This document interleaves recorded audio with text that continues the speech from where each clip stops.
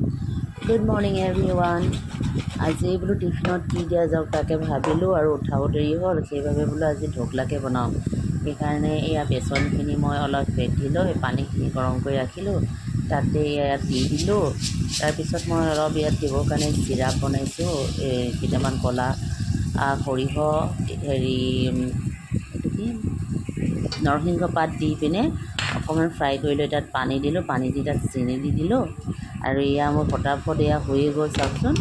আৰু এতিয়া অলপ ঠাণ্ডা কৰিবৰ কাৰণে ফেনৰ তলত দি দিলোঁ। এতিয়া উলটিয়াই দিয়াৰ লগে লগে কিমান সুন্দৰকৈ ওলাই আহিছে।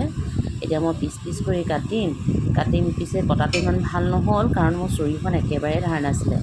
কাটি পিনে চিৰাপটো ওপৰত দি আৰু এই সুন্দৰকৈ পৰিৱেশন কৰাৰ কথাই গৰমে গৰমে ইহঁতে খায়ো গ'ল আৰু টিফিনত লৈও গ'ল।